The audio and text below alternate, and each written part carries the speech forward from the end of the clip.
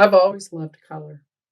When I was a child, one of 6 siblings, the best gift was a box of new crayons just for me. I've always been drawn to colors. The more, the better. As an artist, being able to apply color to cloth is exhilarating. I began full immersion dyeing in wringer washers several years after we moved to the farm. My husband, Rick, found a couple of machines for me, and that got me started. My wet studio is in my backyard during the summer months. Through the years, machines came and stayed, even after they stopped working. That turned out to be a good thing, as we found a repairman in Holmes County, Ohio. He repairs and refurbishes Maytag wringer washers. He also buys machines that no longer function to repair and refurbish and sell. With 12 machines loaded, we headed to Holmes County, Ohio. We found the person to make one of my dreams come true. 3 machines refurbished to new condition. The process I use to dye fabric involves weighing and measuring everything. I weigh the fabric to be dyed first.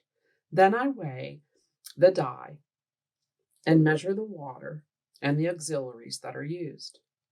This is the only method to use if you want to accurately reproduce the same hue.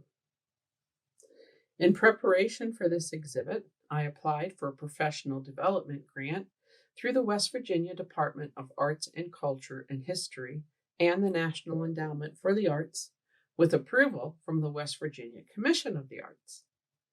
My application was approved, and I used the funds, along with matching funds from me, to purchase fabric and dyes to produce 1,100 yards of dyed fabric to create new work for this exhibit at the Huntington Museum of Art in Huntington, West Virginia. Inspiration is a continuous feed for me.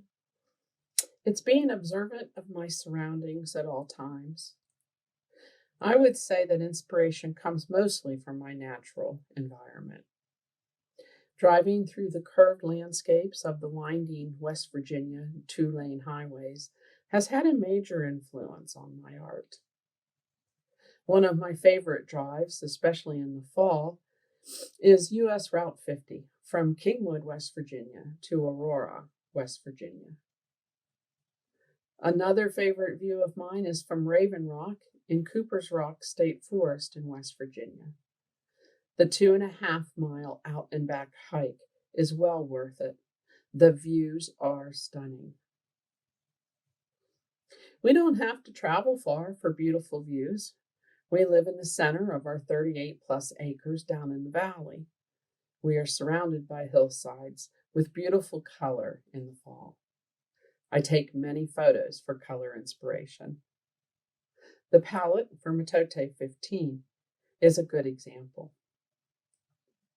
Color inspiration can come from the evening sky, dark, deep blues of a stormy sky, spring greens, spring blossoms, summer wildflowers, and container flowers on the porch. All influence and inspire me. And then there are trees. I have hundreds of photos of trees. Any one branch could be a starting point for one of my Metote pieces. One only needs to look at trees to study tension. I wanted to share one of the processes involved with my art. I chose to demonstrate the quilting process. I quilt on a long arm machine, and I speculate that there's not much of an opportunity for the general public to see one, let alone one in action. The long arm machine gets its name from the long arm that allows a larger sewing field than a domestic machine. All 3 layers, the art top, batting, and backing, are loaded on the large quilting frame. The machine sits on a trolley and can be moved easily in any direction. I do not use my stitch regulator, which sets the number of stitches per inch. I want to be in control of that, as it shows my hand in the creative process. I set the speed that moves the needle up and down. The speed stays the same. Stitch length is determined by my speed of moving the machine. I use the same color of thread as the color of fabric I'll be quilting. This keeps my figure ground composition solid in color, keeping the piece sharp with no contrast or distraction created from thread color. My quilting designs are inspired from nature. I collect photos of rocks and stones. I love the texture that circles create and have used this quilting design exclusively in my Sisu and Finding Connections series. The challenge I face is being able to see for an extended amount of time, as I tend to use bold, bright colors. The light on the machine and any lights overhead reflect off of these bright colors, often blinding me.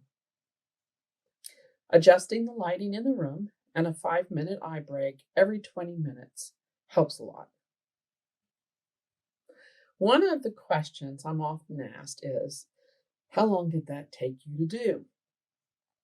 Well, 5 years ago or so, it would take me 70 plus hours to quilt one of my Finding Connection pieces. Currently, the same size piece takes me 40 plus hours. I bought this machine new, with no lessons available and no instruction manual. I am self-taught. There is something to be said about mastering a skill, and it does take those 10,000 hours.